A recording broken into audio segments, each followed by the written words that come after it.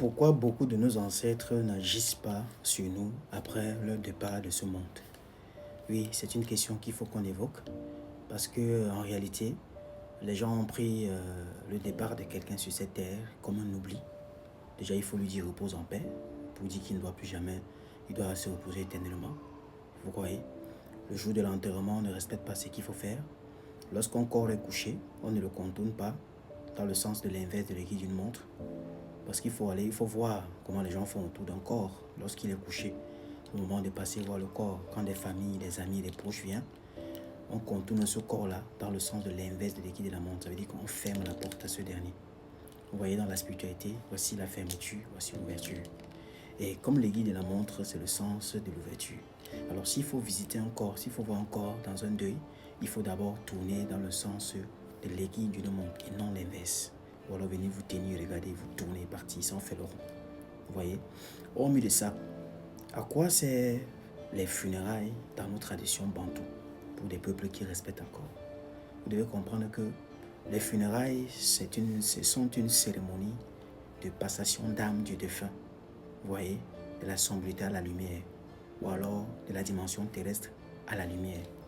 Parce que beaucoup de personnes, lorsqu'elles quittent ce monde, de par leur esprit, elles ont encore des choses à régler. Oui, vous allez voir dans des villages, il y a des gens qui sont décédés. On les a vus encore pendant 2 ans. On les voyait, on les sentait leur présence.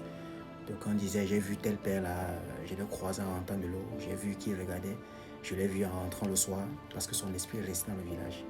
La plupart du temps pour régler certains comptes, la plupart du temps pour faire ce qui est de droit.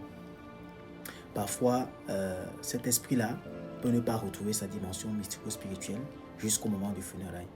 Et les temps de funérailles doivent être respectés.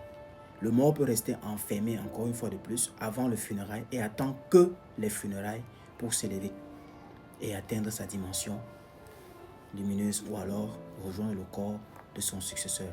Vous comprenez? Vous allez donc remarquer que les funérailles, les délais des funérailles ne sont plus respectés. Parce que lorsqu'on enterre une personne, normalement, un délai du funérail, c'est à partir de 3 ans.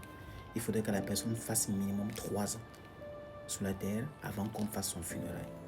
Vous comprenez? Ces 3 années, le chiffre 3, c'est quoi? C'est l'accomplissement de la chair, l'esprit et l'âme. Permettre à cette personne de se rééquilibrer. Et quand maintenant vous venez faire son funérail, vous installez son successeur, tous ces éléments réunis rentrent dans le corps de son successeur pour qu'il soit un digne successeur. Et l'autre côté de la chose rejoint la dimension lumineuse qui va continuer à guider son représentant sur terre. Mais les choses ne sont plus respectées aujourd'hui. On retrouve les gens qui font des deuils juste accompagnés directement des funérailles. C'est interdit dans la spiritualité. On ne fait pas des deuils suivis directement des funérailles.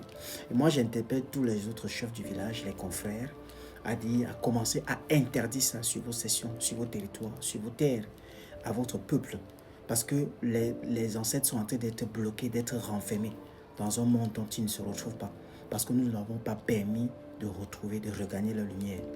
La cérémonie des funérailles, autrement dit le rite des funérailles, est un rite au cours duquel on danse, on tape des tam-tams, on tire des coups de feu en l'air pour permettre à ce que le défunt, voyez, soit levé et soit accompagné jusqu'à l'au-delà, ou alors autrement dit dans une autre dimension mystico-spirituelle lumineuse. Mais si justement après l'enterrement vous faites un funérail, ce funérail est vide et vain parce que il ne contient aucune substance spirituelle, rien, aucune énergie n'a été partagée. Alors, vous allez donc voir que la plupart des successeurs aujourd'hui, interrogez les successeurs. Combien de successeurs communiquent avec leurs prédécesseurs? Demandez-leur, il n'y en a pas sur 100 successeurs pour retrouver 2 qui arrivent à voir son père qui l'a succédé, venir lui parler. Beaucoup vont te dire, je succède à mon père, je succède à mon grand-père. Mais est-ce qu'il te parle? Est-ce qu'il te dit quelque chose?